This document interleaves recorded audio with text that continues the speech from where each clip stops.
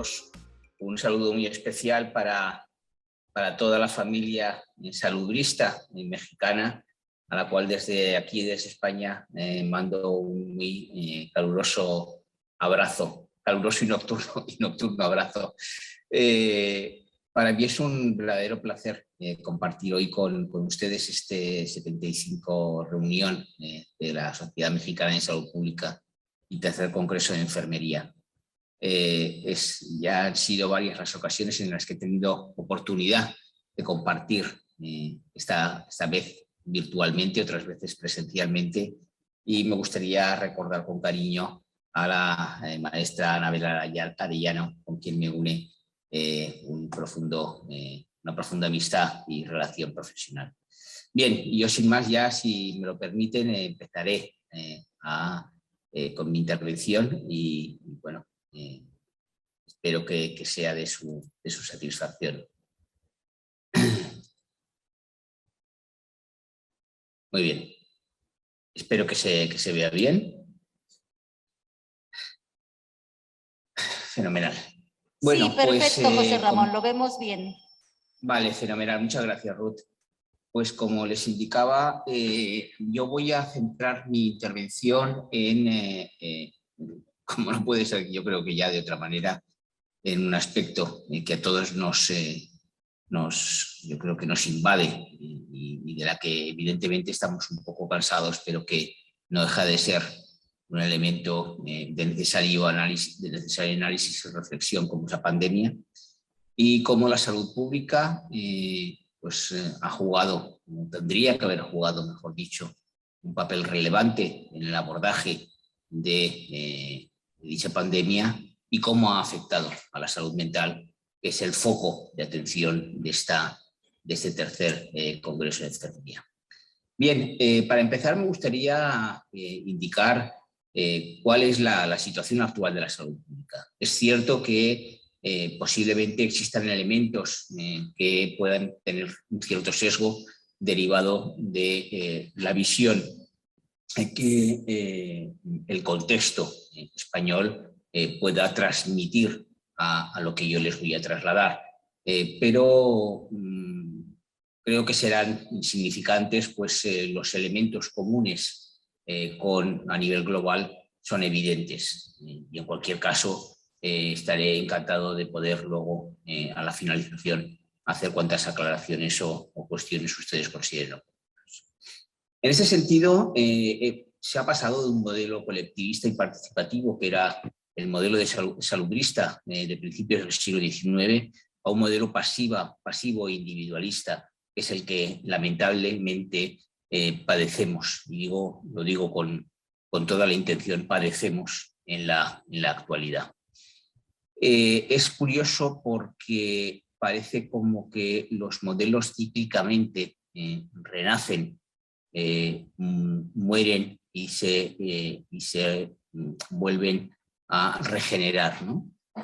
Bueno, esto no deja de ser el proceso lógico de los paradigmas, tal como nos planteaba Kant, en el que el paradigma deja de ser válido en tanto en cuanto agota sus posibilidades para dejar paso a un nuevo paradigma. Bien, esta perspectiva que comento, pasiva e individualista, está claramente relacionada con lo que son los modelos actualmente caducos, desde mi punto de vista, evidentemente caducos y agotados los modelos sanitarios, porque la salud en dichos modelos tiene una prioridad muy baja y está muy poco presente en las agendas político-institucionales, mientras que la enfermedad abarca o ocupa absolutamente todo el foco de atención.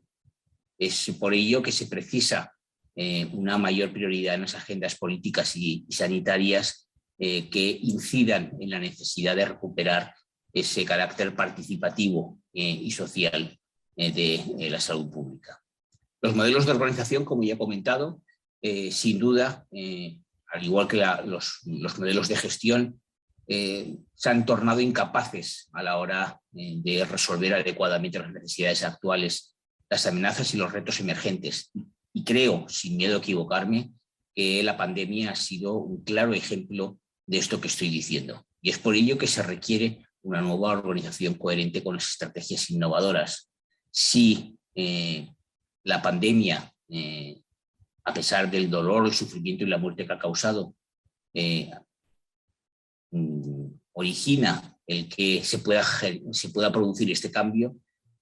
pues será al menos la posibilidad de encontrar algún aspecto positivo de esta situación de pandemia. Otras debilidades estructurales, bueno, que podemos identificar, pues son la escasez y dispersión de recursos y responsabilidades, y a mí aquí me gustaría hacer hincapié en la importante carencia de recursos, de inversiones, por supuesto, de inversiones en salud pública, de inversiones en atención primaria, por supuesto, porque continuamos en un modelo hospitalcentrista que acapara prácticamente todos los recursos, pero de recursos enfermeros de una manera muy especial y significativa. Continuamos, tanto México como España, como otros tantos países, a la cola de los países de la OCDE en número de enfermeras por habitante. Y esto en un contexto de cuidados como el que además nos va a dejar la pandemia, y como tendremos ocasión de comprobar a lo largo de la intervención, es sin duda un hándicap importante que habría que solucionar. Esta situación, además, nos la encontramos en una perspectiva de salud global y de enfermería comunitaria, en el que la globalización sin duda tiene aspectos positivos, como son el que facilita la interdependencia, pero no podemos obviar las amenazas que dicha globalización, y yo creo que han quedado patentes, vuelvo a reiterar, a lo largo de esta pandemia, han tenido en cuanto al deterioro de las condiciones de salud. Calentamiento global, pobreza, enfermedad, inequidades, que sin duda han incidido de una manera clara y significativa en los efectos que por sí la pandemia ha tenido en la población. Se requiere, por lo tanto, un nuevo concepto de salud global y políticas globales, tal como apunta, por ejemplo, el doctor Álvaro Franco de la Universidad de Antioquia en Medellín, Colombia, en el que identifica claramente la necesidad de nuevos actores y de una ciudadanía global en el que se pase de una dimensión nacional o local a una dimensión transnacional que aborde de manera global los problemas de salud que afectan al mundo y que no son ajenos a ningún país.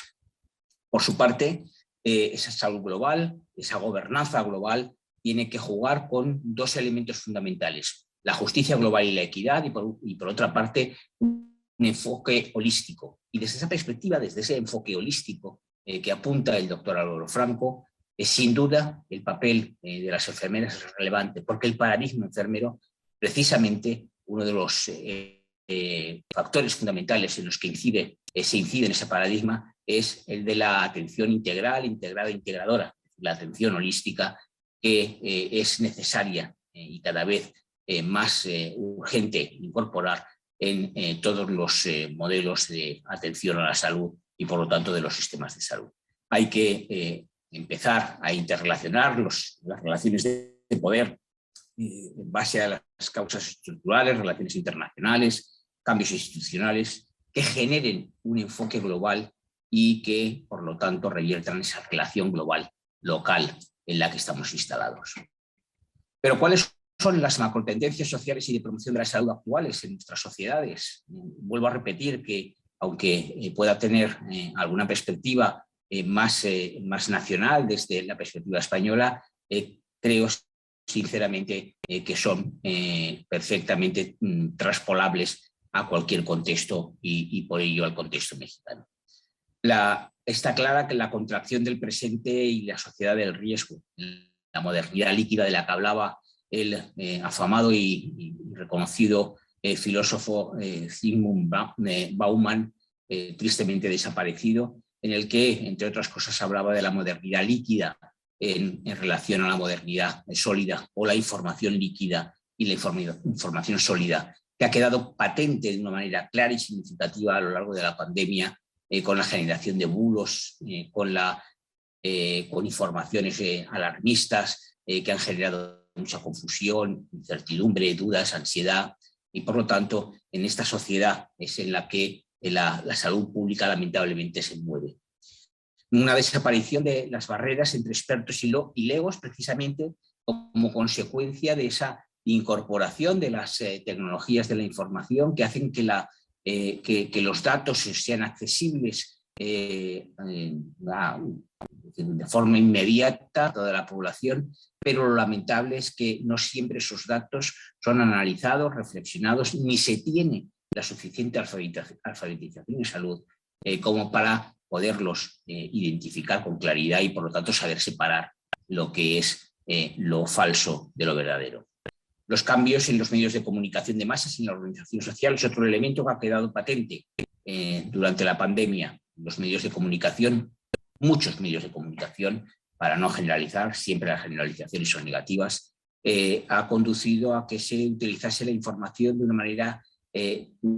torpe e interesada, haciendo vodeviles de lo que debería haber sido un análisis serio y riguroso desde una perspectiva científica. Ello ha conducido a aumentar todavía mucho más esas sensaciones de alarmismo y de incertidumbre en la población, debido a que existía mucha información y poco conocimiento y que por lo tanto esto obliga sí o sí a que se tengan que generar nuevas redes de confianza que permitan precisamente consolidar la reflexión en la población en general, en la comunidad. Y por último, el valor económico de la salud. Es el mercantilismo que está emergiendo de una manera significativa en nuestras sociedades, hace que la autoprescripción, la autoprevención, el autoseguimiento sean retos importantes. Mercantilismo, por otra parte, que está claramente identificado con los aumentos significativos que están teniendo las empresas privadas en la comercialización de la salud como consecuencia, entre otras razones, de las malas respuestas o las ineficaces respuestas que en muchas ocasiones los sistemas de salud han tenido ante la pandemia. Esto por una parte, y evidentemente esto genera que se produzcan cada vez más desigualdades e inequidades en la población, tendiendo a una provisión de servicios que se acerca más a aspectos de tipo de beneficencia que realmente de sistemas de salud equitativos y accesibles a toda la población. Estamos ante una salud pública medicalizada, con control casi exclusivamente médico, y esto es un grave problema, porque la salud pública, una de sus principales características es precisamente la multivisión, la multiprofesionalidad, la perspectiva de la salud desde miradas muy diferentes, y ello conduce a que esa colonización casi exclusiva médica induzca hacia, o sea, nos lleve hacia una salud pública empobrecida. Está masivamente apoyada en la epidemiología y en los métodos cuantitativos, pero en la epidemiología de la enfermedad. Es necesario incorporar una epidemiología de los cuidados y una epidemiología de la salud, y es necesario incorporar métodos cualitativos que identifiquen aspectos que quedan ocultos desde el positivismo y racionalismo de estos métodos cuantitativos. Y por otra parte, es una salud pública totalmente paternalista que anula absolutamente cualquier posibilidad de participación activa y real de la población y de la comunidad en la toma de decisiones. Esto hace que aparezcan efectos como los de la salud persecutoria, que hablan algunos autores como Luis David Castell y Carlos Álvarez de Arder, en la que es un efecto secundario de la promoción de la salud, al entender que la salud debe ser impuesta como lo es también cualquier tipo de indicación que venga desde la perspectiva profesional. Por lo tanto, la salud pública que necesitamos pasa por una salud pública diversa, ecléctica en el sentido de poder beber de las fuentes de aquellos contextos en los cuales pues se estén desarrollando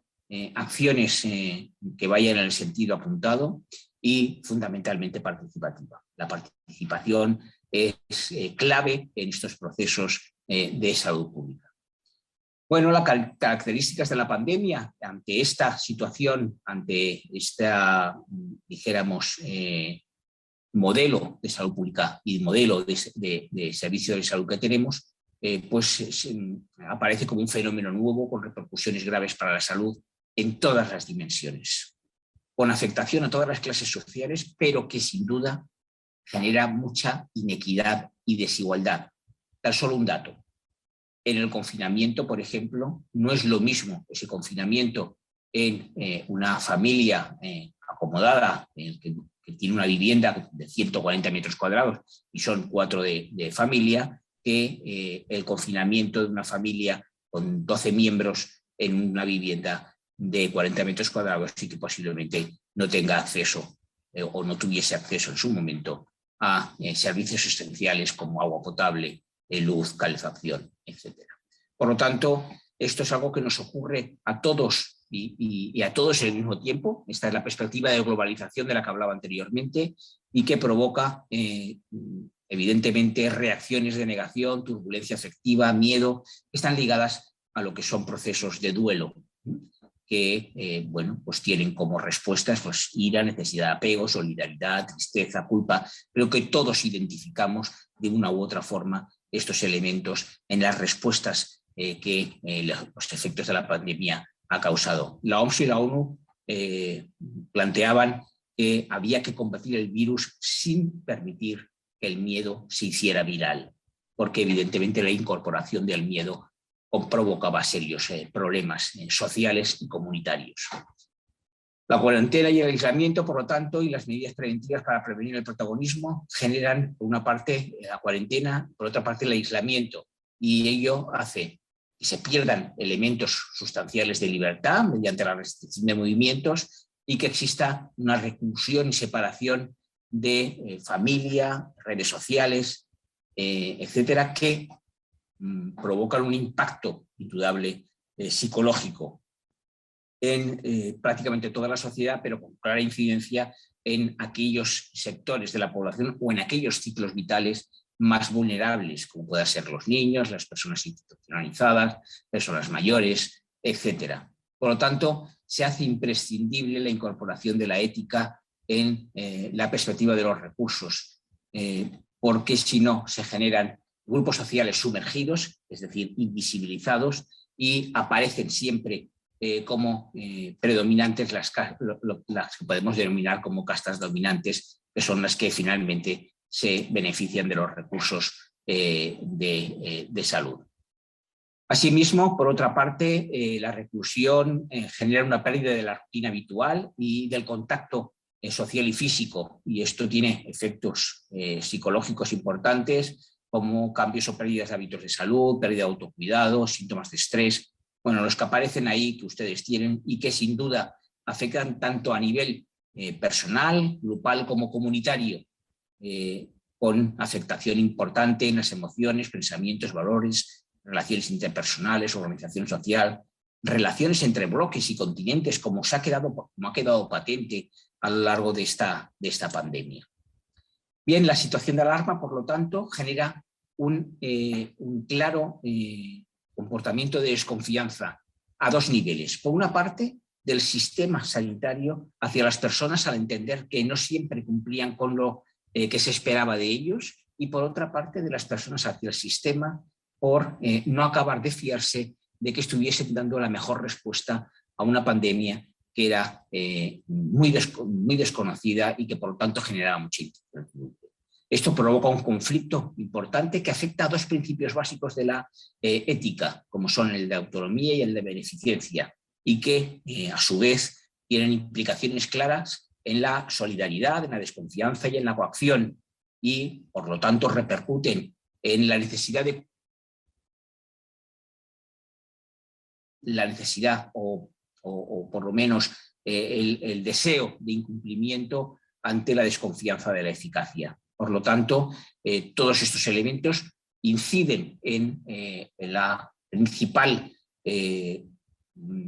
principal componente que se está solicitando de la comunidad, como es la responsabilidad comunitaria. Tal como decía la filósofa Victoria Camps, la libertad no es contraria a la seguridad, sino la libertad es responsable. Y esto es precisamente uno de los elementos que falló. El cuidado, por otra parte, trata de comprender los distintos factores y componentes y actores que intervienen en el mismo, y esto hace que la situación de alarma en los profesionales genere contagio de gran riesgo, y esto es algo que hemos identificado todos en todos los países, sobre todo al inicio de la pandemia, por la falta de equipos de protección individual, el hecho de que el tratamiento era incierto y por lo tanto pues las posibilidades de riesgo de muerte estaban presentes. En ese sentido, por lo tanto, emerge como con una fuerza muy importante el cuidado desde una perspectiva de compromiso, de solidaridad, de bienestar, y como solidaridad. Por lo tanto, el cuidar y el valor ético que contrapesa el miedo para ofrecer la competencia profesional y ponerla al servicio de todos y de todo, es una cuestión relacional de redes de relaciones que ha quedado patente a lo largo de la pandemia, pero que no ha sido gratuita dadas las consecuencias que esto ha causado. El cuidado, por otra parte, necesita sin duda tiempo, espacio, dedicación y técnica, ciencia y sabiduría, conocimiento teórico y praxis. El cuidado profesional. Por lo tanto, hay que empezar a rescatar el cuidado de ese ámbito doméstico en el que de manera tópica y estereotipada continúa situándose, para que las instituciones dejen de incorporar única y exclusivamente condiciones institucionales que están alejadas de los valores humanísticos al solicitar casi exclusivamente profesionales tecnológicos, que sin duda no dan respuestas humanitarias a las necesidades de salud que plantea la población. El cuidado profesional, por lo tanto, los cuidados son una realidad compleja, no lineal y en evolución, que la pandemia nuevamente ha vuelto a dejar claro de manera patente y que reflota un elemento fundamental que lo lógico sería que nunca hubiera tenido que reflotarse porque hubiera sido señal de que estaba presente, pero lamentablemente se tiene que reflotar por la falta de precisamente de humanización. Humanización que está ligada sin duda a la ciencia a través de los valores humanísticos de la ética y la estética de los cuidados. Pero tenemos que alejarnos de ese racionalismo, de ese positivismo que yo les comentaba al inicio de mi presentación, aportando soluciones técnicas a los problemas que aquejan a la humanidad. Pero teniendo en cuenta que la técnica no por sí misma no es suficiente, forma parte de nuestra existencia, pero hay que tener claro qué es lo que queremos hacer con la técnica. Por lo tanto, hay que incorporar otros elementos como son los cuidados profesionales y la humanización. Y esto que parece una obviedad, sin embargo, incide en la falta de ética y en la deshumanización y hace que se tenga que hablar de rehumanización para situarla al nivel de la dignidad humana, que es la que, desde luego, merecen las personas. Por lo tanto, esto ya estaba, perdonen que porque esto ya lo hemos visto. No sé por qué repite vale. Entonces, en el cuidado, que está delegado a la mujer, tenemos que identificar que son especialistas de cuidados y que es común a todas las personas. Esto está claro, que decir que las enfermeras nunca hemos dicho que tengamos el patrimonio exclusivo de los cuidados. Lo que hemos dicho es que los cuidados profesionales sí que son exclusivos de las enfermeras. Por lo tanto, hay que pasar de un cuidar, curar, compartir, para afrontarlo al liderar, utilizar y acaparar, que lamentablemente en muchas ocasiones queda inmerso en el desarrollo de los sistemas de salud. El triunfo de la guerra, el dominio, el neoliberalismo, la ideología belicista y la antifeminista son aspectos claramente de actitud ante la pandemia y hay que contrapesarlos con la ética de los cuidados y la reparación de esa humanización de la que les hablaba anteriormente. En todo este contexto, por lo tanto, hablar de salud mental es hablar del estado de bienestar por medio del cual las personas reconocen sus habilidades y son capaces de hacer frente al estrés normal de la vida. Pero miren, lamentablemente durante la pandemia ha ocurrido que era muy difícil que las personas reconociesen sus habilidades, porque quienes podían hacerlas reconocerlas a través de una educación para la salud capacitadora y participativa, como eran las enfermeras u otros profesionales de la salud, estaban dedicados casi de manera exclusiva a los efectos de la pandemia y a la torpeza que en muchas ocasiones se ha generado en la gestión de dicha pandemia al impedir, por ejemplo, intervenciones comunitarias, atención domiciliaria, la participación de agentes comunitarios, etcétera, que han hecho que nos encontremos con situaciones en profesionales de la salud como la sobrecarga y el desbordamiento de la demanda asistencial, riesgo de infección continuado, equipos de protección personal insuficientes e incómodos, como comentaba anteriormente, y que sin duda ocasionaron que al inicio de la pandemia las tasas de mortalidad entre sanitarios fuesen muy elevadas, la necesidad de proporcionar no solo atención sanitaria, es decir, ese sanitarismo exacerbado que existe en los modelos, sino también apoyo psicológico a los pacientes y que fue eliminado al no permitir la atención domiciliaria, por ejemplo, las intervenciones comunitarias, la existencia de una presión emocional en las zonas de atención directa, que fue brutal, fue impresionante, por la avalancha de demanda que se produjo, la exposición al desconsuelo de las familias al producirse la separación y incorporarse el miedo al contagio y los dilemas éticos y morales como consecuencia precisamente de esa separación, del contacto permanente con el virus y el tener que generar separaciones forzosas o alejamientos que provocaban todos estos impactos psicológicos como aumento de la frecuencia cardíaca, síntomas gastrointestinales, alteraciones del apetito, es decir, todos estos que aparecen en pantalla y que sin duda fueron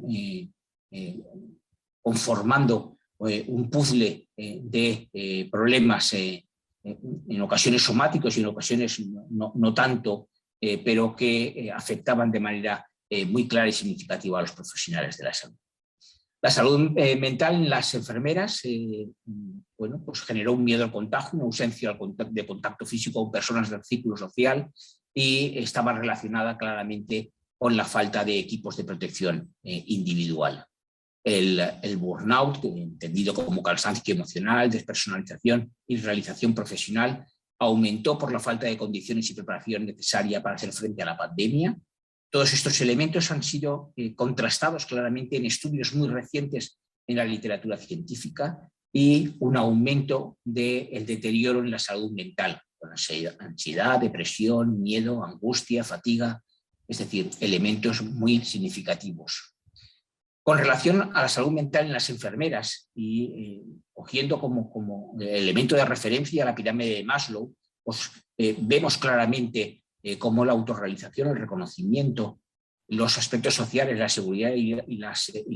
necesidades fisiológicas estaban claramente afectadas, tal como aparecen en los estudios, vuelvo a repetir, de estudios muy recientes en los cuales se hacía claramente hincapié en la pérdida o en la afectación de estas necesidades de la pirámide de Maslow. Algunos datos que son, yo creo que importantes resaltar, como el hecho de que el 71,2% se produjeran niveles altos de ansiedad o que el 64,3% niveles altos de fatiga por compasión. Bueno, pues estos datos, sin duda, junto a los otros que aparecen en pantalla, han incidido de manera muy significativa en el desarrollo de la actividad profesional de las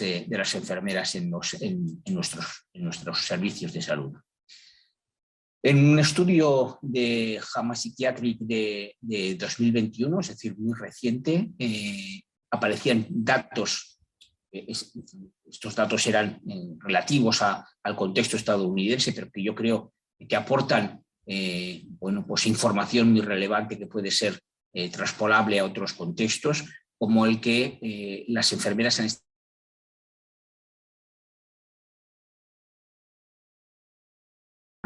que la que tenían, por ejemplo, las médicas o los médicos.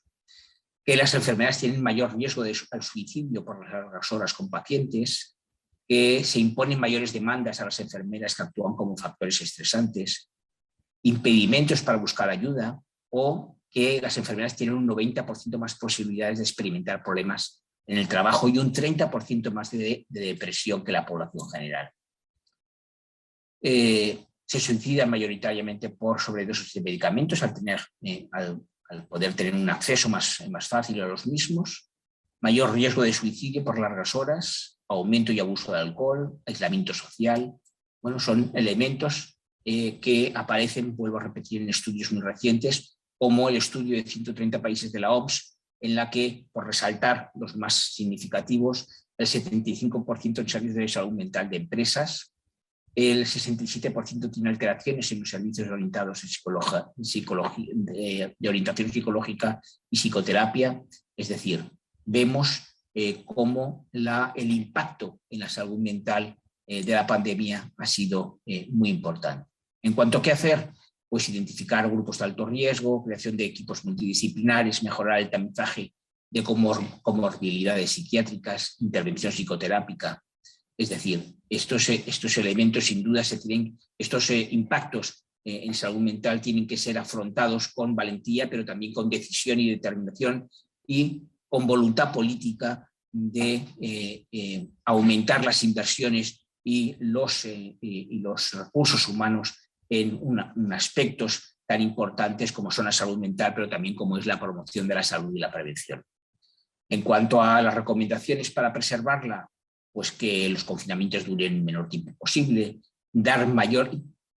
información, la mayor información que sea posible, al contrario de lo que se ha venido haciendo durante esta pandemia, mejorar la comunicación, que ha sido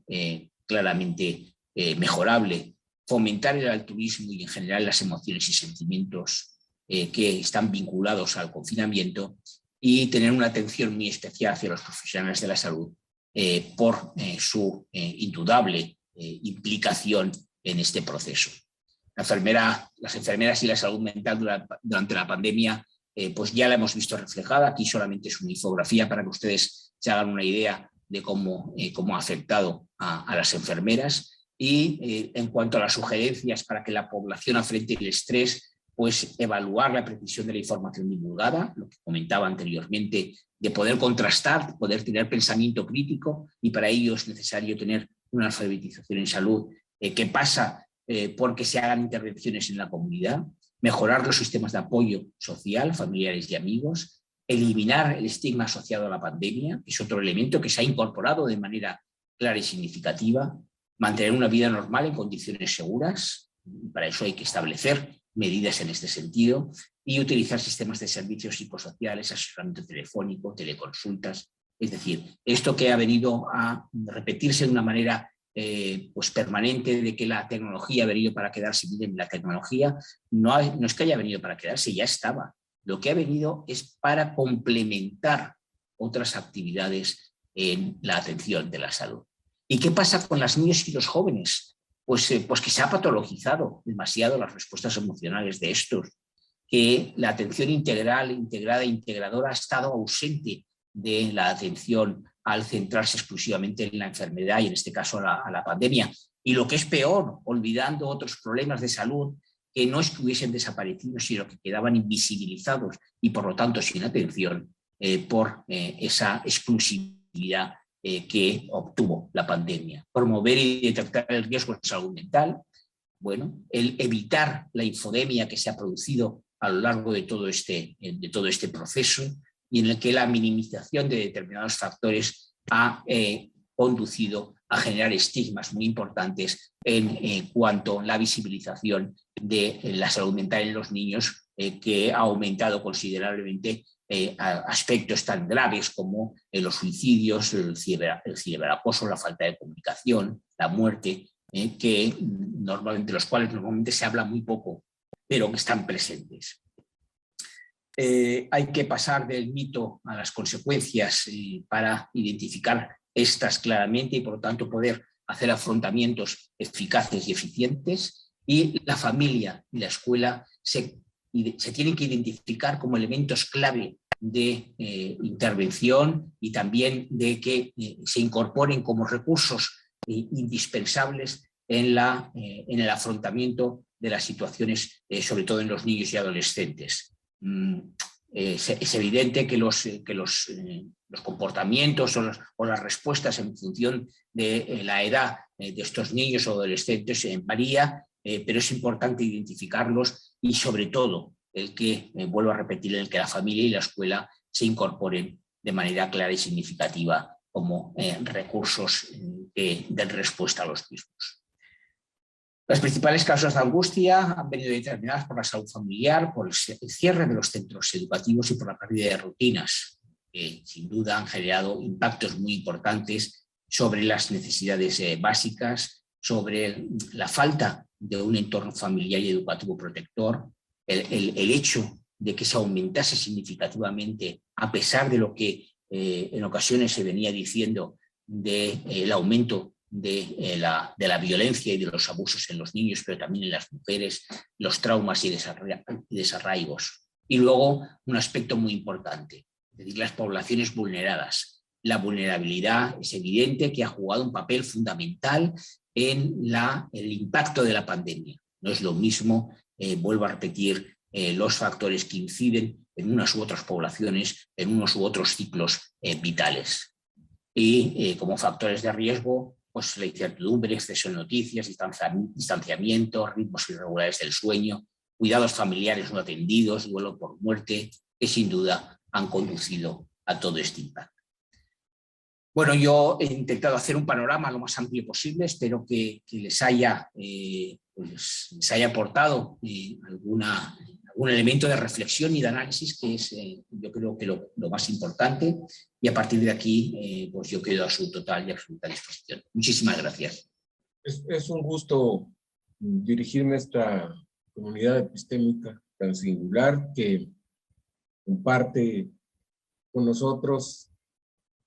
el interés por el bienestar humano. Desde luego, una parte compleja de lo que a continuación vamos a tratar es justamente de qué hablamos cuando nos referimos a la salud mental. Quisiera iniciar por una antítesis de esto, pensar en algún momento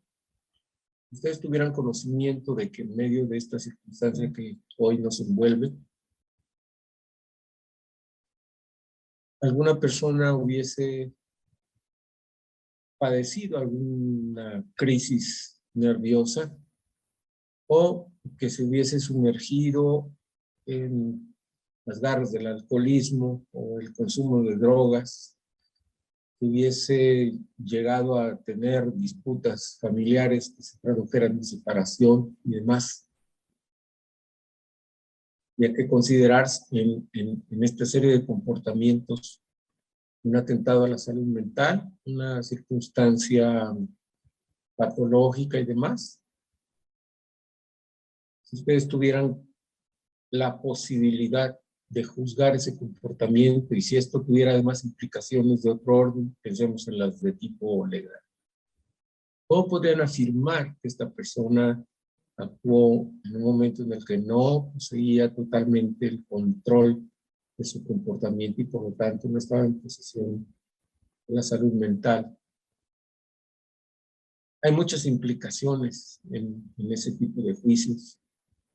Quienes en algún momento tenemos que participar en esto debemos ser sumamente cuidadosos al emitir ese tipo de juicios, porque muy fácilmente se pierde la situación contextual y todo lo que esto implica. Por ello, hablar tanto de enfermedad como de salud mental entraña múltiples desafíos. Lo que en esta tarde quiero mostrarles, justamente en función del tema del simposio, pues tiene mucho que ver con cómo nosotros concebimos lo que es la salud mental. Algunas cuestiones que esta tarde quisiera abordar tienen que ver con lo que están ustedes observando ahora en la agenda. Yo espero que, independientemente de las coincidencias que necesariamente tendremos el doctor Martínez y un servidor, o sea para ustedes algo que les lleve a la reflexión en cuanto a su propia práctica. Algunas de las que tienen que ver con mi currículum, ya escucharon, ha sido justamente el trabajo con el personal de enfermería, en algún momento en el trabajo nivelatorio que en su oportunidad el personal de enfermería en la Universidad de Veracruzana desarrolló. Así que tengo muy cercana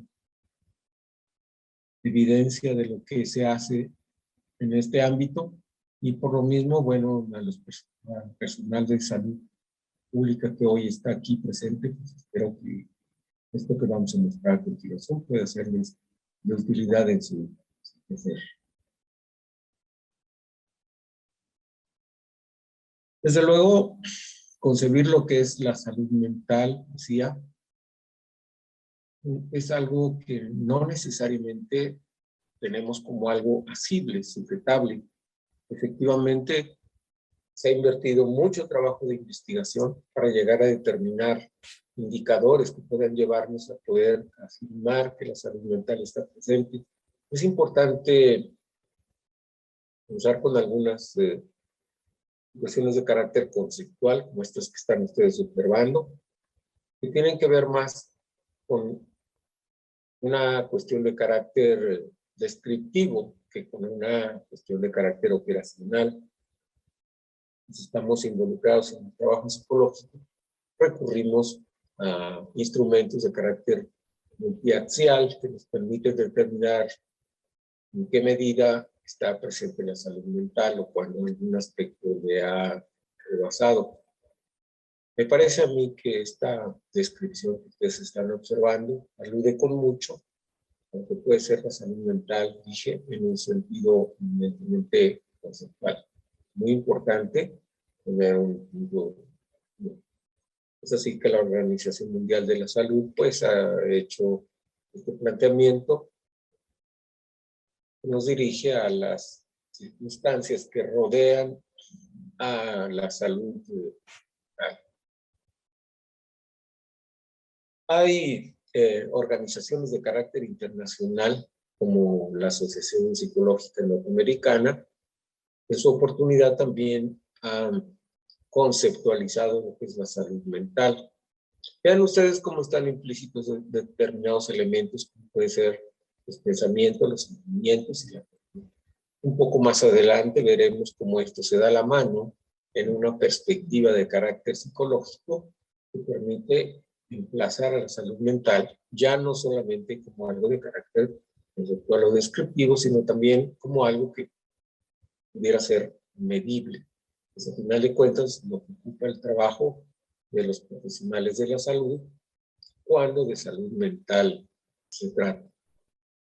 Vean que en esta descripción que hace la Asociación Psicológica Norteamericana, pues esta triada está presente y se dirige hacia la parte que compromete finalmente los actos de una persona. No se concibe la salud mental solo como el pensar o el sentir de manera positiva, sino es que a final de cuentas el comportamiento que se emita también no sea. El juicio finalmente es de carácter social. Una persona que se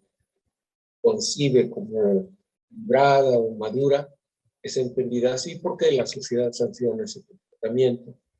Y es de esta manera como nosotros podemos entender o aceptar que la salud mental está presente en el actuar de una persona. Por supuesto que en consonancia con esta forma de concebir la salud mental, pues también en nuestro país, la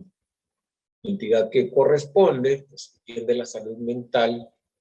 como algo que, definiciones, hay algo que tiende hacia el bienestar colectivo. Finalmente, una persona que goza de salud mental extiende los beneficios de su actuar hacia los otros. Vean cómo entonces ya tenemos ahí varios elementos. Pero a final de cuentas, en cualquiera de las tres definiciones están planteadas, porque está presente la sanción social que juzga el comportamiento como algo que es positivo y que además de todo impacta a los demás, a quienes rodean a esa persona que goza de salud mental. Ya veremos aquí una de las primeras coincidencias con el trabajo presentado por el doctor Martínez, que tiene que ver con una perspectiva psicológica de carácter humanista que pues, ha estado muy en boga desde los años 60 y que con ciertos matices o ajustes ha llevado a plantear lo que una persona que goza de salud mental puede realizar. Evidentemente, en esta perspectiva, Maslow nos dice que los seres humanos típicamente tienden hacia el bien, tienen un lado positivo, y la manera en la que esto puede llegar a darse, pues tiene que ver con que las personas les acepten. Y esta formalización de ese actuar también tiene que ver con el ir escalando en esta pirámide a partir de lo que son las necesidades fisiológicas, las de seguridad, las sociales y las de estima, hacia un proceso que está en la cúspide de la pirámide, que se refiere justamente a la autorrealización. Es decir, una persona que goza de salud mental es una persona que se actualiza, no en el sentido de información, sino que vuelve acto aquello que piensa, que siente, y tiende, como ya lo hemos visto en las definiciones anteriores, no solamente a superarse, no solamente a superar estas condiciones básicas y progresar hacia otras, sino además de todo, a beneficiar a los que están a su alrededor, porque un individuo autorrealizado, como lo describiría Maslow, es una persona que irradia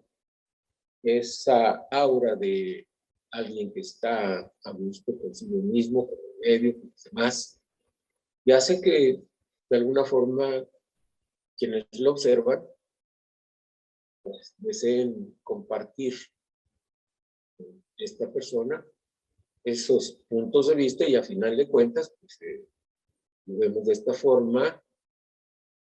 contagia con su optimismo a los demás y les vuelve personas que activamente buscan autorrealizarse. Entre la perspectiva psicológica, entonces, y las cuestiones de carácter social, como hemos visto previamente, pues ahí hay un vínculo importante que nos va dando entonces un marco de referencia para entender y concebir lo que es la salud mental, que a final de cuentas, como hemos dicho, puede ser un objeto inacible, pero existen elementos que nos permiten emitir juicios de valor respecto de cuándo estamos ante una persona que goza de salud mental.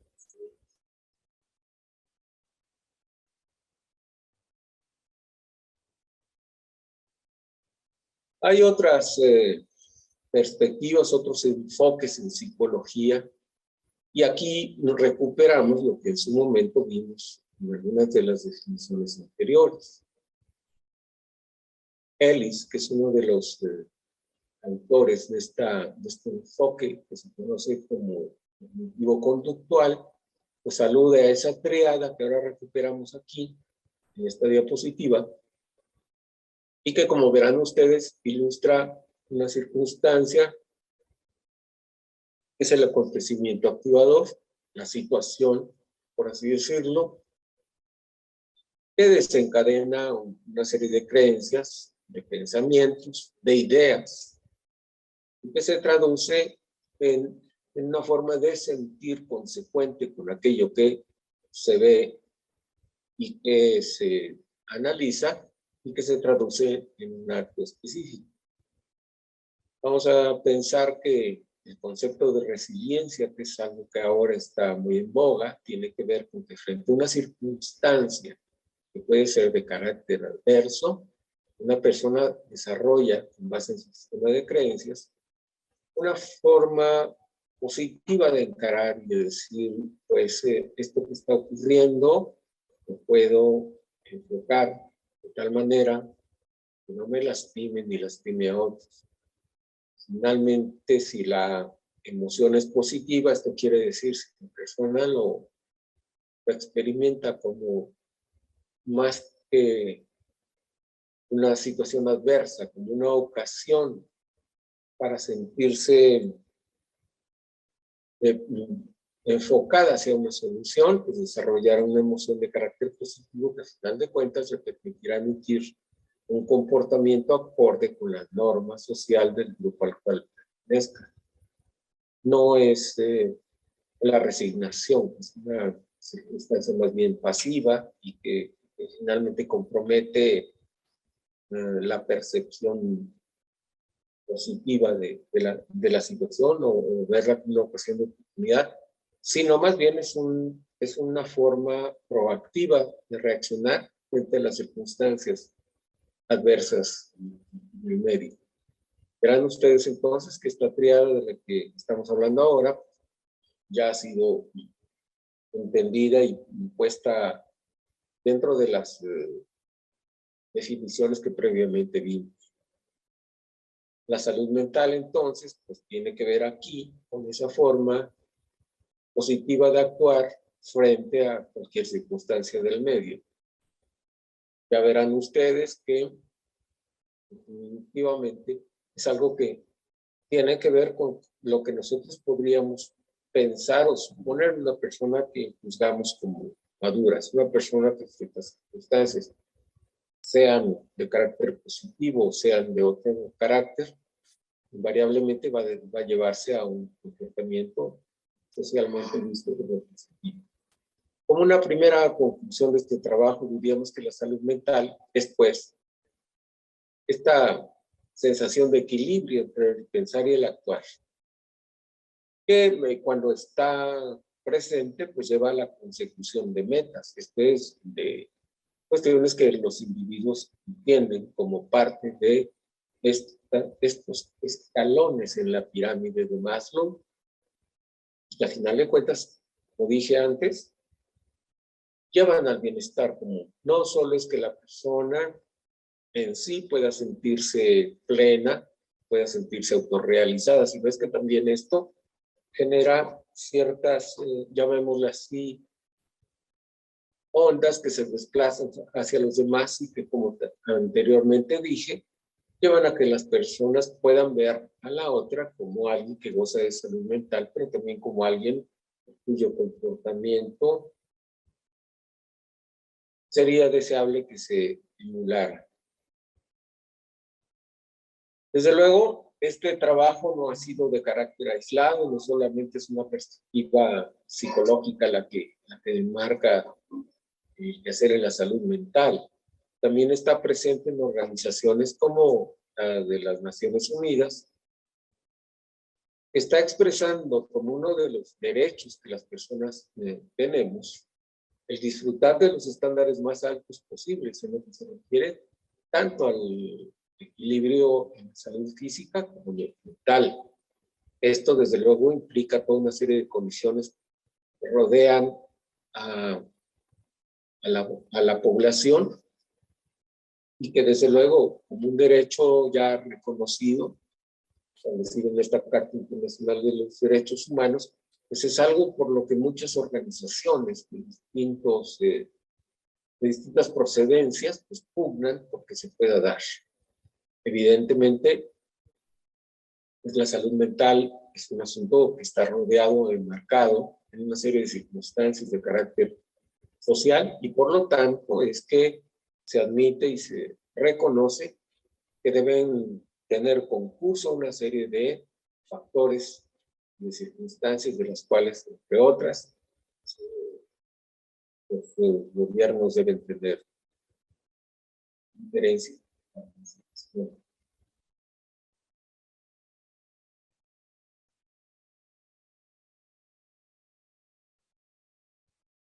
Esto, por supuesto, que no es un asunto aislado, sino que ha ido permeando a las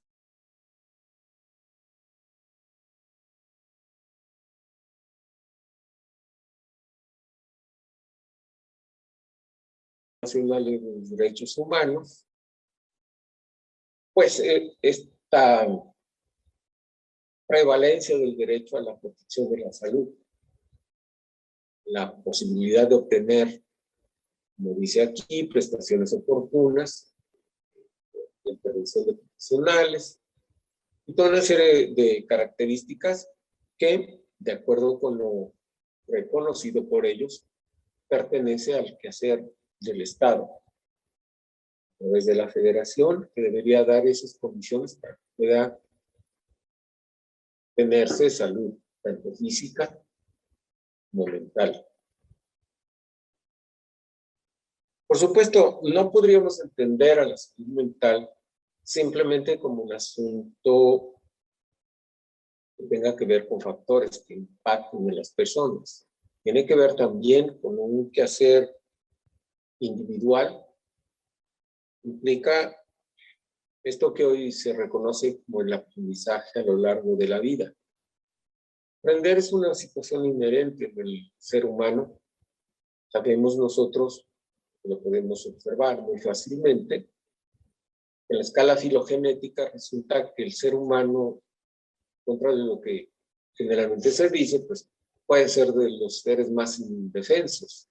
Cualquier cachorro, cualquier cría de un animal se desenvuelve con soltura al poco tiempo de su nacimiento, y esto no sucede con los humanos. Pero no solamente es en el sentido de comportamiento, sino también que tiene que ver con una serie de actitudes frente a la vida que en parte son enseñados y en parte también tiene que ver con la interacción que el ser humano tenga con otros y del aprendizaje del que pueda ser capaz. Cuando decíamos que una persona que tiene salud mental se plantea o se ve como alguien a emular, pues ahí estamos hablando de ese principio de aprendizaje. Un aprendizaje activo de pautas y de formas de pensar y de comportarse que necesariamente pues, tienen que ver con el factor de educación. Hemos hablado en otros espacios del valor preventivo de la educación. Rogers, que es uno de los teóricos del comportamiento, no solamente habla de lo que estamos observando en nuestra diapositiva. Él dice en alguna parte de su teoría que la mejor educación actúa como si fuese la mejor terapia, es decir, produce individuos saludables. Si alguna persona ha tenido un factor de desventaja en su vivir, el estar dentro de un medio que le permita aprender pautas positivas, pues muy seguramente le va a llevar a adquirirlas y consecuentemente a recuperar esto que nosotros estamos llamando de manera general, es decir, vivir dentro de un ambiente que le da aceptación, diría Maslow, y donde además de todo tiene posibilidades, diría Rogers, de recibir esa acción terapéutica que es la educación, le permitiría a su vez también tener un comportamiento sano en el aspecto mental. Por eso quienes estamos inmersos en el quehacer de la educación superior apostamos con mucho a esta serie de acciones. Consideramos nosotros que la educación es el factor preventivo por excelencia que puede tener cualquier sociedad. Ya dijimos nosotros que con base en las declaraciones y las leyes que se han pronunciado, pues se han tenido cierto tipo de acciones que tienen que ver con lo que el gobierno va a hacer. Y es muy importante que ustedes observen que hay algunas cuestiones que seguramente las conocen ya, pero que tiene que ver con la intervención que se ha hecho en el sentido de quienes están en una situación de riesgo, que puede ser lo que tiene que ver con las adicciones y por supuesto el efecto negativo que tiene sobre la salud mental. Si hemos hablado de esta circunstancia como de alguien que tiene, además de todo, un comportamiento socialmente aceptable, pues usualmente sucede que cuando se presentan adicciones, pues el comportamiento en cuanto a el impacto social suele ser de carácter negativo y llevar a situaciones que ameritan acciones incluso de carácter legal. Suerte que una de las acciones que se tienen establecidas en la federación tiene que ver con este programa específico y otros más. Se han tenido ya, por supuesto, acciones en el espacio legislativo y aquí yo quise mostrar alguno de ellos como para poder determinar qué cosa es lo que ocurre, digamos, en el aspecto de elevar a la condición de un día específico algunos de los comportamientos que socialmente dañan a la población en su conjunto, pero que se ha dado con mayor presencia en este escenario de la pandemia. No tenemos, que yo sepa, un registro específico de la cantidad de actos suicidas que se hayan presentado, pero digamos que si nosotros nos remitimos a las notas periodísticas y a lo que hacen ahora las redes, pues veremos que se han dado muchos actos de atentado contra la vida de personas que entran en crisis justo y precisamente por la situación de aislamiento y de la desesperanza que se vive cuando no se tienen los recursos de los que ya hemos hablado, que están enunciados como aquellos, de hecho todas las personas, pero en este caso también querríamos pensar en función de las teorías de las que ya hablamos, que hay alguna situación ahí que ameritaría la participación de algún profesional que acompañara esta situación y que ayudara a lidiar esas tensiones. Hay efectos en el acto, en la situación en la que hoy estamos viviendo, que orilla a las personas a verse involucradas en comportamientos que socialmente podrían no ser aceptados, pero que tienen que ver, por supuesto, con toda esta carga emocional que las personas que están en condiciones de reclusión, de indefensión, que tienen alguna patología física que les impide desplazarse o tener comunicación con otros y que definitivamente va llevando a situaciones extremas en las que, como comenté, no es extraordinario ver a las personas sumidas en depresión y o también involucradas en situaciones como el alcoholismo. De ahí que un poco más adelante también querría examinar qué es lo que estamos haciendo al respecto, quienes estamos profesionalmente involucrados. Desde luego, yo quisiera enfocarme más específicamente en lo que es mi profesión de origen, es la que como que conozco. No me atrevería a hablar frente a especialistas en salud pública de sus respectivas profesiones, pero en esta diapositiva quise unir o reunir a quienes de suyo tienen el trabajo de la procuración del bienestar de los humanos. Y dentro de ellas, pues, hacer un énfasis específico en el quehacer psicológico. Creo que esta circunstancia que es por donde quiera que se le pueda ver, pues crítica, también ha sido la ocasión para que quienes estamos en estos espacios de intervención pues, hagamos un esfuerzo adicional. Y es así como creo que se ha visto revalorada la actividad, el trabajo de quienes tenemos que ver con la salud mental. Parte de esto tiene que ver, por supuesto, con el hacer de los psicólogos. Efectivamente, las organizaciones internacionales han reconocido la presencia de estas crisis de salud mental que hemos comentado tanto el doctor Martínez como el servidor, que da lugar a una serie de situaciones muy serias que ponen en riesgo a la población. Y de ahí que se tenga que pensar que algo tiene que hacerse porque esta circunstancia, que por cierto ha durado mucho más de lo que se había especulado en el espacio de quienes dirigen las organizaciones, pues nos está poniendo en algunos casos en predicamento como sociedad, pero a los profesionales nos está enfrentando a una situación de urgencia, de necesidad de intervenir y también a identificar, por cierto, cuáles son los elementos, las herramientas de las cuales disponemos. El mismo personal de salud se ha visto enfrentado a una serie de crisis en cuanto a salud física,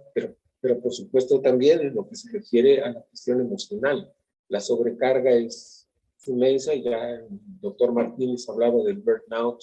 como una circunstancia prevaleciente en el equipo de salud. De ahí que haga falta saber qué se puede hacer al respecto. Y miren, esto tiene que ver con algo como las situaciones extremas que se padecieron con motivo de los sismos. Es cierto que en el pasado remoto no se contaba con suficientes elementos para intervenir en crisis. Tuvo que ocurrir una situación tan desafortunada como esta, para que los profesionales de la salud tuvieran que reactivar sus esfuerzos y enfocarlos hacia ver cómo es que se podría lograr aliviar la situación. Esta circunstancia de la pandemia nos está poniendo ni más ni menos que en esa misma situación. Y si, como se dice, estadísticamente cada 100 años ha ocurrido un fenómeno de pandemia, una pregunta que me hago una y otra vez es que hemos aprendido de ellas. ¿Qué es lo que nos permite hoy aprovechar aquella circunstancia? Y debo decirles que en alguna ocasión leía una nota sobre alguna de estas crisis que el personal de salud en el país, expertos en salud pública justamente, recomendaban lo mismo que hoy. Una de las preguntas es, entonces, ¿cuáles son los nuevos elementos, las nuevas herramientas, las nuevas formas de practicar la profesión que nos ayuden a aliviar las graves tensiones que la población en general está enfrentando? Dije que hablaría en nombre de mi profesión, en lo que he estado haciendo, y que conste que por ti de decir que había que revisar, porque eso se había hecho en el pasado remoto. Bueno, pues justamente en este momento, esta organización, que es el Consejo Nacional para la Enseñanza e Investigación en Psicología, que agrupa a las principales licenciaturas en psicología y algún posgrado, pues tiene aglutinadas alrededor de 100 programas de psicología en el país, los que se encuentran acreditados, que como todos sabemos, pues es de alguna forma un documento que establece lo que se ofrece, es lo que se está realizando y es para algunos una garantía de calidad. Pues esta es una de las acciones que se decidió emprender. Como fácilmente imaginarán, el tener agrupadas esta cantidad de universidades, de instituciones de educación superior en general, pues permitió que voluntariamente muchos de los profesionales se adscribieran a este directorio nacional, que atiende de forma gratuita, en línea, a cualquier persona que necesite del apoyo del concurso de un psicólogo. Los efectos, desde luego, que han sido bien recibidos, se han tenido efectos positivos, un impacto que es definitivamente en favor de la salud mental. Y hay un trabajo de investigación que subyace y que muy seguramente se pondrá a disposición de cualquiera que lo solicite, una vez que esta emergencia sanitaria haya transcurrido. Parte de lo que creo yo nos va a dar como sociedad una forma mejor de actuar en el futuro tiene que ver con la investigación. Y algunos de los trabajos, en este caso, trabajos pioneros, diría yo, sobre el particular, lo están estableciendo las universidades. Pues bueno, como para cerrar esta participación, yo debería decirles que ya se tiene un poco más de perspectiva sobre las cuestiones, y esto de establecer el Día Mundial de la Salud Mental. El término salud mental es un constructo hipotético, esto es, no lo tenemos presente, sino a través de ciertas inferencias. Y bueno, pues mucho de lo que aquí hay tiene que ver también con el compromiso personal de sumergirse en esta serie de aprendizajes de los que hablé en un principio. Tiene a su vez un impacto importante en la conservación de la salud mental. Gracias. Bueno, hoy nos corresponde conversar y revisar esta temática que posiblemente no se ha profundizado, no se ha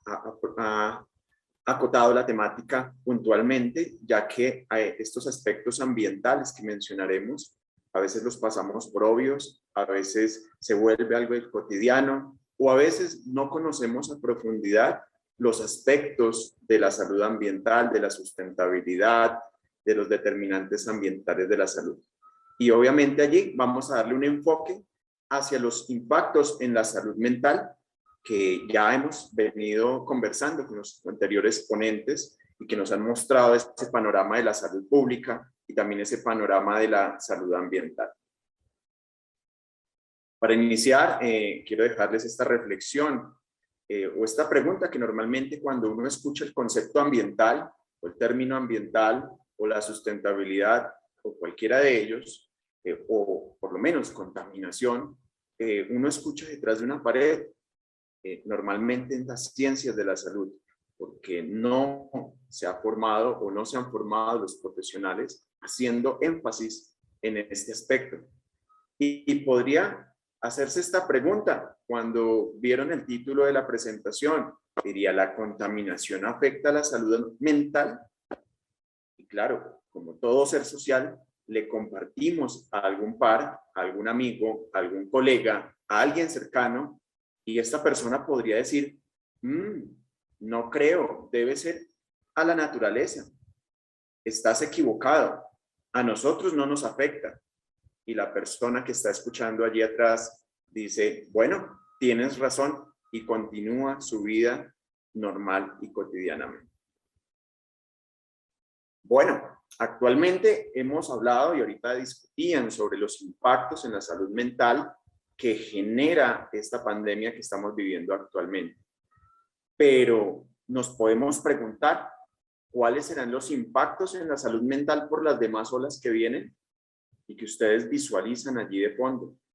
que esta ola del COVID es muy pequeña y muy mínima a las huellas, a las olas que vienen posteriormente. Y que el mundo actual se viene preparando hace 50, 60 años, hablando de desarrollo sostenible, de cambio de los sistemas económicos, de la sustentabilidad en el sector empresarial, de la educación ambiental, de la educación para la sustentabilidad, porque sabe, y sí se tiene previsto, esa huella que generamos día a día por todo lo que consumimos, por todo lo que hacemos, por todas las acciones humanas ante el planeta. Y allí vemos las olas que se ven venir. Así que ustedes se responderán cuáles serán esos impactos en la salud mental por esas olas que vienen. Bueno, para ello y entender un poco más sobre los determinantes ambientales de la salud, sabemos la evolución de los modelos de salud, donde en los años 70 se hablaba del modelo de determinantes de la salud, donde por primera vez se vincula el concepto ambiente y allí se le da cierta prioridad por Marc Lalonde, pero también en esa evolución, en los 80 y los 90, aparecen los determinantes sociales de la salud,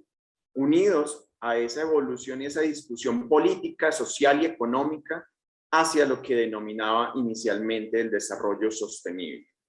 Luego aparece la salud ambiental como definición como tal, porque la salud ambiental siempre ha existido en la historia de la humanidad. Siempre ha estado esos factores y esos determinantes biológicos, químicos, sociales, psicosociales que han generado impactos en la salud humana y también en el planeta. Y allí la Organización Mundial de la Salud y la Organización Panamericana de la Salud ha establecido una serie de determinantes generales y otros más específicos, y ustedes lo pueden ver acá en la imagen de la parte derecha, cómo estos determinantes pueden afectar o impactar la salud humana, por aire, por agua, por agentes químicos, por ruido, por radiación, por riesgos laborales, por enfermedades tropicales, por prácticas agrícolas, cambio climático y muchos más de ellos. Y que acá los profesionales de la salud normalmente no se ve o se profundiza, sí se habla, se ve en alguna cátedra de salud pública los determinantes sociales de la salud, pero ampliar y profundizar sobre los determinantes ambientales de la salud, a veces se queda en el currículo oculto o algún docente apasionado que aborda la temática. Bueno, y allí la importancia de conocer los impactos en la salud por la desconexión con el ambiente, con el planeta. Esos impactos que nos reflejan esas imágenes que están allí, esas sensaciones que nos generan ver esas poblaciones que se ven en todas las ciudades de Latinoamérica, en México, en Colombia, en Perú, en Ecuador, en Argentina, en Chile, en cada una de nuestras ciudades, pero también ver esos ecosistemas hídricos rellenos de sustancias químicas y de plástico que consumimos día a día, o las condiciones de vivienda donde volvemos a llevar al paciente o a la persona que fue atendida por su condición de salud a las condiciones que lo enferman, o el estrés del cotidiano en un tráfico día a día en cualquier ciudad que siguen incrementándose y que siguen creciendo en nuestra región. Esos impactos podemos adicionarle un megadeterminante. Ya mencioné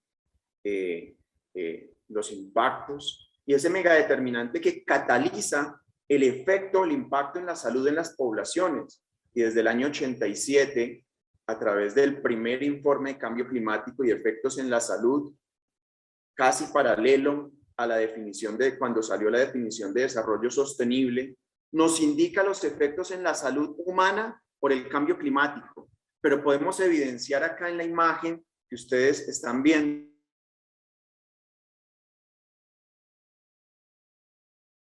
un poco más oscuro para quienes estarían viendo la presentación, son las poblaciones que más se ven afectadas por el cambio climático. Y que adicionalmente a ello el cambio climático genera afectaciones sociales, económicas y ambientales. Y eso lleva a efectos en la salud mental, como lo muestra la literatura, y acá me permití para hacer esta presentación una revisión integrativa, más de 6,000 artículos científicos con un algoritmo de búsqueda específico, en la cual después de la depuración de estos artículos, quedaron 45 que asocian la salud mental, los impactos en la salud por los determinantes que ya mencionaba.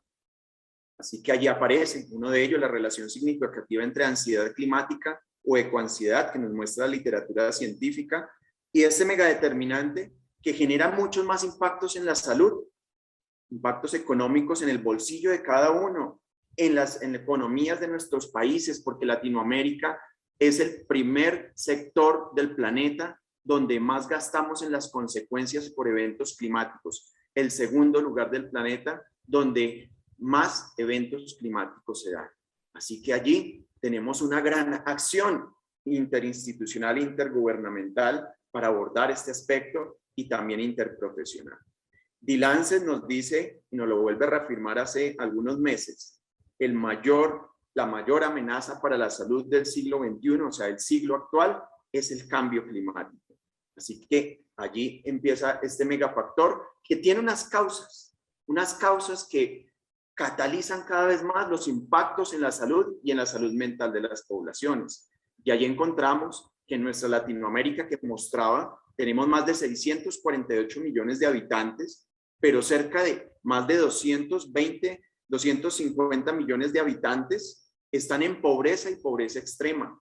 Y esto genera unas condiciones específicas para alterar su condición del entorno ambiental donde viven, sus condiciones de vivienda, sus condiciones del territorio donde están, pero adicionalmente amplía el efecto en los efectos en la salud respiratoria, salud gastrointestinal, dermatológica, etcétera, pero también se ve asociado esos efectos que se tienen en la salud mental de las poblaciones que están allí. Reconocer también las dinámicas sociales y encontrar que el aumento de la urbanización es una característica especial en Latinoamérica y en el mundo. Ya sobrepasamos en el mundo donde la población está más en ciudades que en zonas rurales. Más del 57% de la población mundial está en zonas urbanas. Y en Latinoamérica hay una característica especial y es que más del 73% de la población latinoamericana está en zonas urbanas. Y eso genera, de acuerdo a la literatura, dos efectos. Uno, si son ciudades consolidadas y grandes, puede ser un amortiguador hacia la depresión. Pero si vemos el zoom de la realidad de la mayoría de nuestras ciudades latinoamericanas, la mayoría son cordones de miseria y de pobreza alrededor de estas grandes ciudades que vemos crecer y que superan el 1.000.000 de habitantes. Y obviamente eso genera efectos que amplían la ansiedad y la depresión, de acuerdo a lo que nos muestra la literatura que se revisó para esta presentación. También en esos aspectos determinantes estructurales hay que reconocer las dinámicas sociales. Esas dinámicas sociales que vemos día a día con la migración y la inmigración. Y esta imagen es una imagen de la cantidad de desplazamientos aéreos nomás que genera el humano entre un continente y otro, entre un país y otro, entre un territorio y otro. Y que obviamente esos desplazamientos que generan una huella ecológica, una huella de carbono, pero también genera unos impactos sociales y ambientales que son causas de estas problemáticas que vemos acá. Y vuelvo y lo reitero, ¿para qué curar a un paciente y devolverlo a las condiciones que lo enferman? Además, no he mencionado, los hospitales y el sector hospitalario a nivel mundial es el sexto país, si fuera un país independiente, más contaminante del mundo.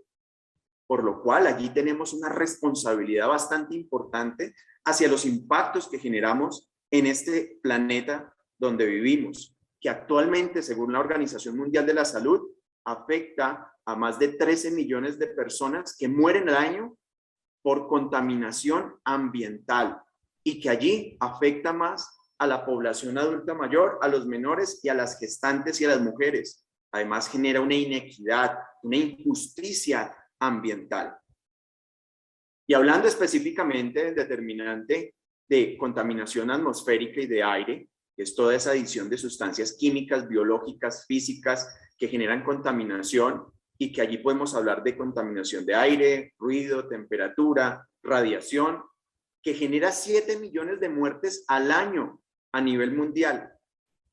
de esas 13 que mencionaba.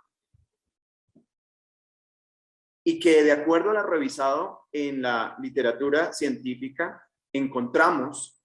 los efectos en la temperatura hacia la salud mental, cómo aumentan las visitas a las salas de urgencias o a los servicios de urgencias por trastornos mentales por las temperaturas extremas.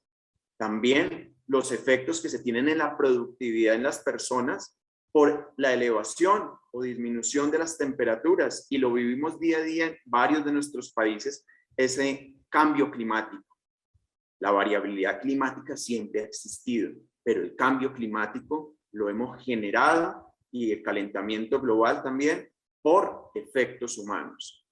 El ruido también, allí encontrábamos diferentes artículos donde nos hablaban sobre los efectos del ruido y la relación con la depresión mayor y el insomnio, especialmente en zonas de alto tráfico vehicular o zonas industriales. También la alteración y formación escolar, especialmente en los centros educativos o las viviendas que están cerca a zonas comerciales o a zonas de alto tráfico vehicular, y también allí afecta la salud mental de la población.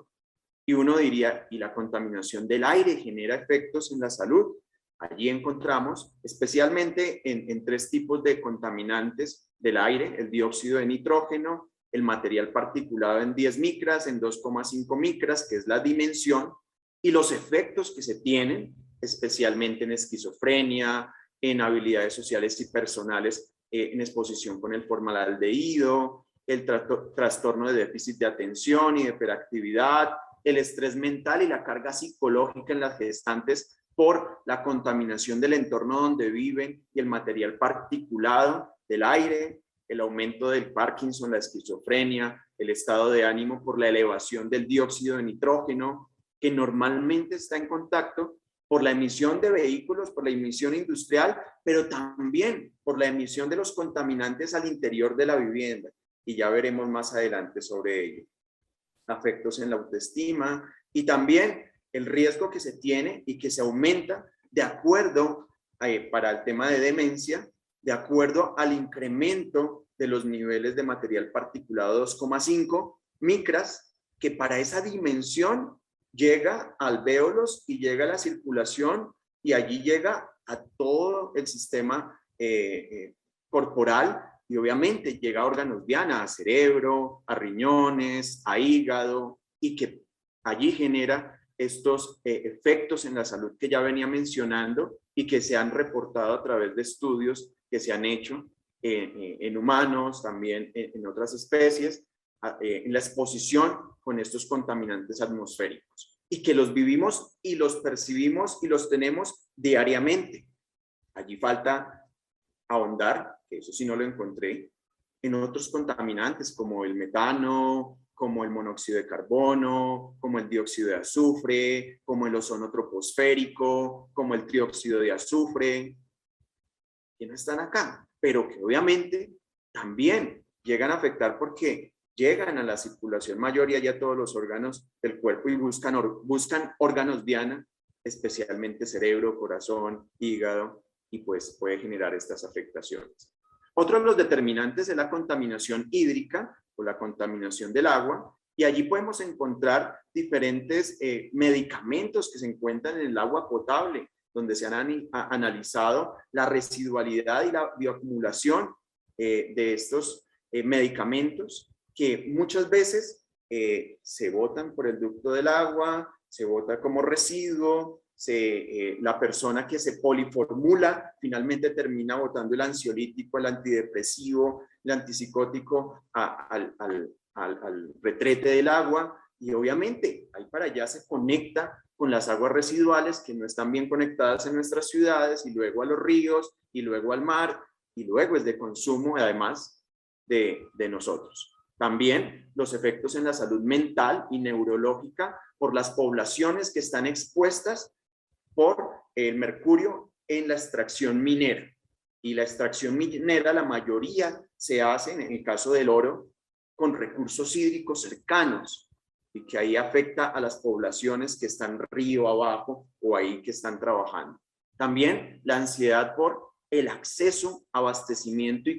y el costo del recurso hídrico. Y veía varios artículos cómo generar esa depresión en los que no pueden pagar el alto costo del agua, inclusive en Estados Unidos, en partes de Europa, en Latinoamérica, pero también el no tener el acceso o el abastecimiento del agua. En poblaciones donde tienen que perforar 30 kilómetros y no encuentran agua potable o un abastecimiento subterráneo para su mantenimiento. 1.200 millones de personas tienen desabastecimiento y dificultad al acceso del recurso hídrico, y sabemos que es algo importante para la vida. En los alimentos encontramos menor evidencia, y allí se encontró cómo se asocia esa bioacumulación de metales pesados que ya mencionaba, que la mayoría son por riego a alimentos que llegan allí, por agua de riego, herbicidas, pesticidas que se utilizan constantemente, y allí llegan a la cadena alimentaria y posteriormente generan una residualidad y se fijan en los tejidos primero de los alimentos que consumimos o de los animales que consumimos, y luego se alojan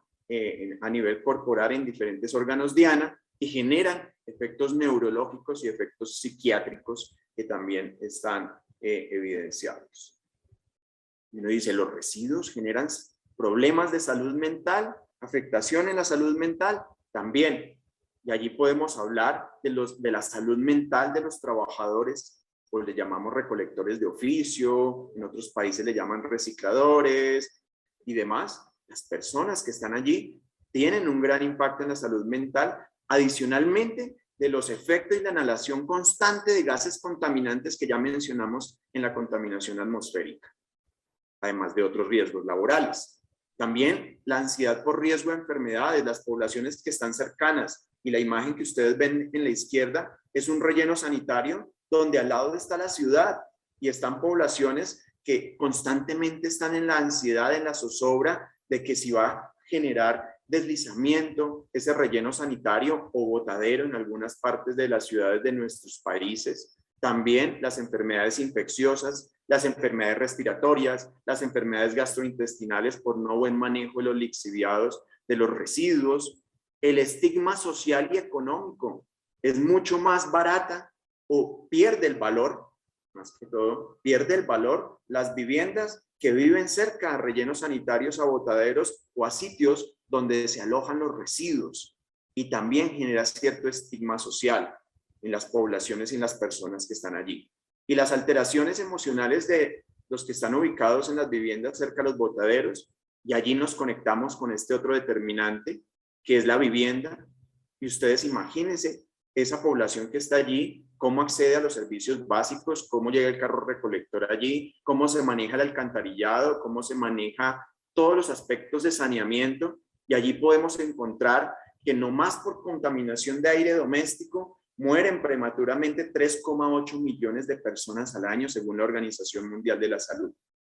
Y además, en la evidencia que nos encuentra, en lo que se ha investigado de la contaminación en la vivienda y los efectos en la salud mental, riesgo neuropsiquiátrico en mujeres y niños por tabaquismo, contaminación y riesgo también de toxicidad por el manejo de plomo, cobre, pesticidas, herbicidas, y que pueden llevar a enfermedades mentales. En estos dos últimos herbicidas y pesticidas, especialmente en las zonas rurales. Depresión por hacinamiento, especialmente en adultos mayores y en mujeres. Violencia familiar y abusos, y ahorita nos hablaban al respecto también. Se incrementan los niveles de violencia, abuso sexual y cualquier tipo de abuso. Alteraciones en aprendizaje y el crecimiento, especialmente en los niños que su condición de vivienda no es la más adecuada por contaminación, por hacinamiento, por falta de saneamiento, por cualquier otra condición al interior de la vivienda. También la ansiedad, los que viven acá en este cerro o en esta loma o en esta sierra que ustedes ven allí totalmente poblada y que es un retrato de todas nuestras ciudades latinoamericanas que constantemente están en riesgo de desastre. Y eso también, quienes están al interior de la vivienda, quienes trabajan allí o quienes conviven permanentemente allí, especialmente las mujeres que cuidan el hogar, el agotamiento mental que genera en ellas. Otro de los determinantes también que encontrábamos en la literatura sobre los efectos en la salud mental es los desastres. Y en los desastres allí se encuentran suicidios, consumo de drogas, alteraciones psiquiátricas por el desplazamiento de las poblaciones. También esa ecoansiedad que se genera por los eventos climáticos extremos que ustedes los están evidenciando allí en las imágenes. Algunos de ellos son imágenes en Bogotá, menos la del mar, ¿sí? Las demás son imágenes en Bogotá, de donde soy, en Colombia. También el incremento en depresión, esquizofrenia, estrés hídrico, ansiedad por eventos climáticos extremos. Y también reportaban allí la importancia de abordar la salud mental comunitaria antes, durante y después del evento climático. Y pues bueno, hay otros determinantes como el de zoonosis, seguridad laboral, zonas rurales, enfermedades tropicales, que falta ampliar más, no evidenciamos en la literatura. Estos determinantes posiblemente sí se ha estudiado, se ha reportado o se ha generado a través de las diferentes secretarías o instituciones de salud en cada uno de los países, y que también puede generar ciertos riesgos para la salud mental de la población. Y pues bueno, luego de mencionar esos impactos en la salud, todos esos efectos en la salud mental que están reportados, pues también el problema parte de ese ego del humano, ese ego de estar por encima de las demás especies. Y podría preguntarle acá a la persona, a esta estatua, ¿por qué el medio ambiente me ataca? Porque normalmente es eso, el medio ambiente nos genera enfermedades respiratorias, el medio ambiente nos desplazó en la vivienda que estábamos porque hubo un deslizamiento, porque nos inundó el río, porque se desbordó. El medio ambiente nos ataca. Y esta persona le responde, ¿por qué crees que te atacan? Porque la naturaleza no es humana. Porque el problema es de los ecosistemas. ¿Crees que el problema es de los ecosistemas? Porque crees que eres superior que las demás especies. Porque crees que porque tienes una visión reduccionista. Y porque crees que la naturaleza es un objeto. Y allí se relaciona con lo que mencionaban en la primera presentación. También esa ruptura que se tiene entre lo que la naturaleza es allá, es del ambientalista, es de otra persona, es de otra área, y la sociedad es acá. Esa ruptura que generamos constantemente, pero también esa ruptura de desconocer la evolución histórica, social, cultural y la conexión directa que ha tenido todas nuestras poblaciones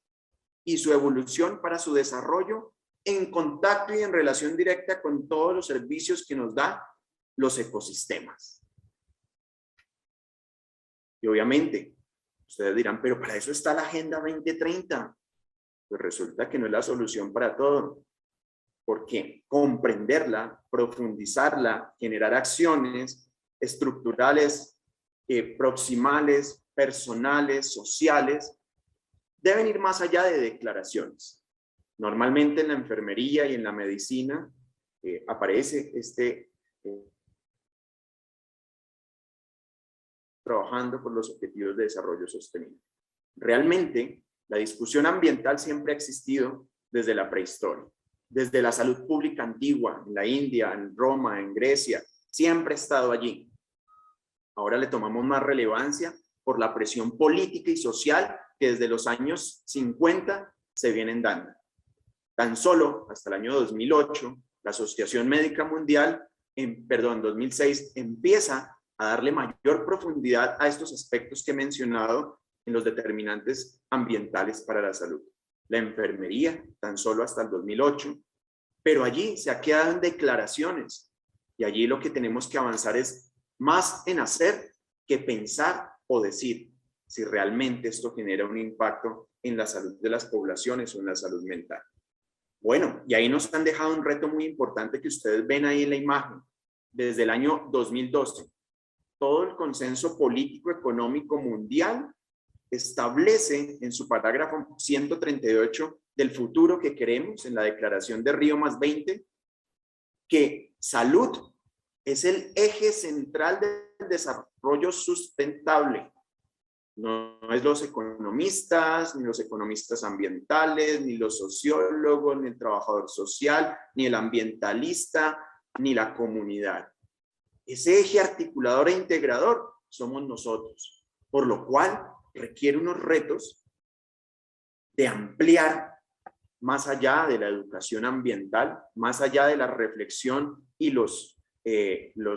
reflexiones y abordar tangencialmente este tema, a aprender una educación para el desarrollo sostenible o educación para la sustentabilidad, que desde el año 92 se viene trabajando en todo el mundo. Miren todos los centros de educación para la sustentabilidad que hay. Y que si ustedes me preguntan cuántos profesionales de la salud hay en los que están en Latinoamérica, ninguno. Lo cual hay un gran reto en avanzar para lograr los ODS. Si queremos lograr los ODS y lograr esas metas, tenemos que aprender de educación para la sustentabilidad y cambiar ese paradigma y replicar esto alfabetizando a todas las poblaciones, a todas las personas, no solo a las comunidades en todos los espacios, profesionales, no profesionales, educativos escolares, educativos profesionales, especialistas, administrativos, políticos, todos los sectores en todas las áreas, alfabetizando en la importancia de lo que ya he mencionado. Y ese ejercicio lo he venido desarrollando hace 16 años y ahí lo venimos avanzando, integrando. Recientemente lanzamos en enero la Alianza de Enfermeros por el Medio Ambiente Saludables Latinoamérica, donde venimos trabajando hacia esta temática que ya mencionaba, también formando, y he tenido la oportunidad de formar a diferentes carreras profesionales en ciencias de la salud, en licenciaturas, maestrías, en especialidades. Actualmente nos encontramos en la Universidad de Guanajuato generando un curso y acá están asistiendo los estudiantes de la maestría de ciencias de enfermería, ampliando, llegando a esa competencia que a veces se coloca allí. Competencia en proteger el medio ambiente. Y bueno, cuando uno va a evaluar realmente el profesional, el especialista, el magíster, el doctor, llegó a esa competencia, tiene herramientas suficientes, es familiar hacia el tema y allí pues parte de ello hemos generado estas estrategias de intervención basada en la investigación, también cambiando el paradigma y generando conocimiento. Y hemos tenido la oportunidad de desarrollar diferentes textos en hospitales sustentables, porque normalmente estos temas ambientales dicen, no, es para la comunidad, yo estoy en la clínica. Pues resulta que en la clínica hay cirugía verde, oncología verde, nefrología verde, psiquiatría ambiental, ginecología ambiental, pediatría ambiental y todo lo que ustedes quieran verde. Así que también hay un gran espacio y la importancia de generar conocimiento en el tema. Y pues para quienes quieran, allí les compartiremos de manera abierta estos textos que hemos construido con médicos, enfermeros, psicólogos, ambientalistas, arquitectos y diferentes personas que han preocupado en generar conocimiento hacia el tema. También acogiéndose a los lineamientos mundiales, como ya lo venía mencionando, pero también los nacionales. Y ahí está, en el caso mexicano, el Programa Sectorial de Salud 2019-2024, donde uno de sus parágrafos está la salud ambiental, con 6 objetivos para desarrollar de manera interprofesional hacia la salud ambiental. Y también, esa década, hace 10 meses se lanzaba el surgimiento y el nacimiento de la década de acción para los objetivos de desarrollo sostenible. Bueno, ¿qué vamos a hacer o qué estamos haciendo al respecto? Y bueno, volviendo acá, ¿por qué tenemos que seguir ampliando hacia estos aspectos ambientales para la salud mental? Por algo muy importante, y es que el planeta siempre ha estado allí y nos lleva miles y millones de años de evolución. Las especies están allí. Los microorganismos que nos están afectando ahora siempre han estado allí. Y el humano lleva cerca más de 13.000 millones de años. Y ha estado en entornos urbanos tan solo cerca de unos 6.000 años. Por lo cual es muy corto el tiempo que el humano ha estado en interacción con entornos urbanos, con infraestructuras, y ha estado siempre en conexión con esa dependencia del ambiente. Y si ustedes ahorita ven esta imagen, posiblemente sientan tranquilidad. Ven verde, ven azul. Y eso es lo que pagamos normalmente cuando queremos salir de casa, cuando queremos hacer turismo. Queremos ver verde o ver azul, porque siempre ha estado allí. Siempre ha estado allí todos estos ecosistemas del planeta para darnos la vida, para darnos lo que llamamos desarrollo, para darnos lo que llamamos actualmente sociedad, economía y salud. Y finalmente, en la evidencia, se reconoce esos servicios ecosistémicos que nos dan para la salud mental, esos servicios que influyen, y allí nos mencionan que se genera mayor, cuando hay espacios verdes o espacios azules ambientales, genera más fortalecimiento de la salud mental, restauración y desarrollo de capacidades en las personas. También se encuentra esa relación de la asociación positiva entre el bienestar mental, en sentirse menos desanimado, en sentirse productivo, en estar tranquilo y en el ser sociable. También ayuda para la reducción del riesgo del trastorno bipolar. También el entorno verde mejora la atención y el proceso formativo en quien está en la etapa escolar y quien tiene más interacción con estos ecosistemas. Mejora la plasticidad neuronal, pero también viene ampliándose desde inicios del siglo XX y se vuelve a retomar ahora en inicios del siglo XXI, las recetas verdes.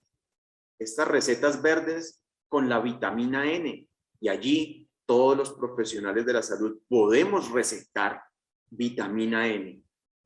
No necesitan sino que prescribirla, y también hay manejos específicos y dosis específicas de terapia a través de vitamina N para el fortalecimiento de la salud mental y la salud corporal de nosotros. En Colombia lo viví en un proceso con la Asociación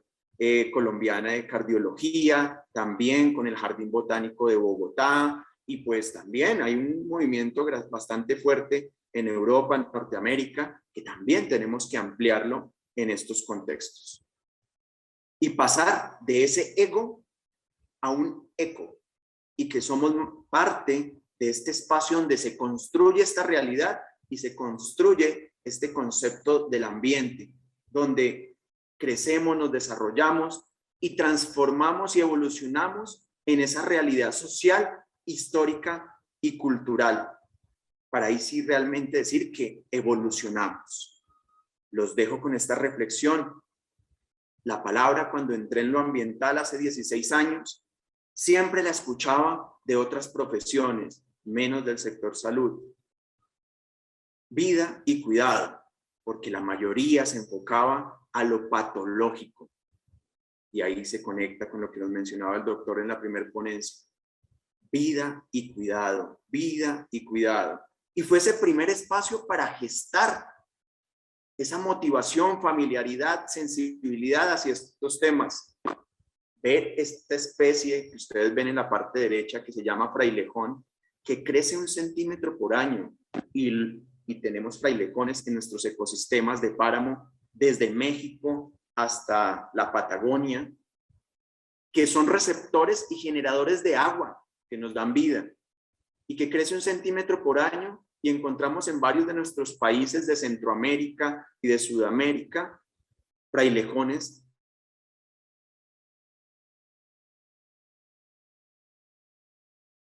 de filtración, y tienen la física, o sea, la velocidad adecuada, y la gota cae de determinada manera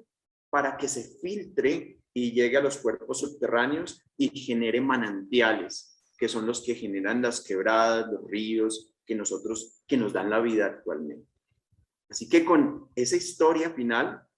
quiero dejarles esta reflexión. Y ante la huella planetaria actual, el principal cuidado que debe primar es el de las vidas, como primer paso para los cuidados de las personas y las poblaciones. Muchas gracias.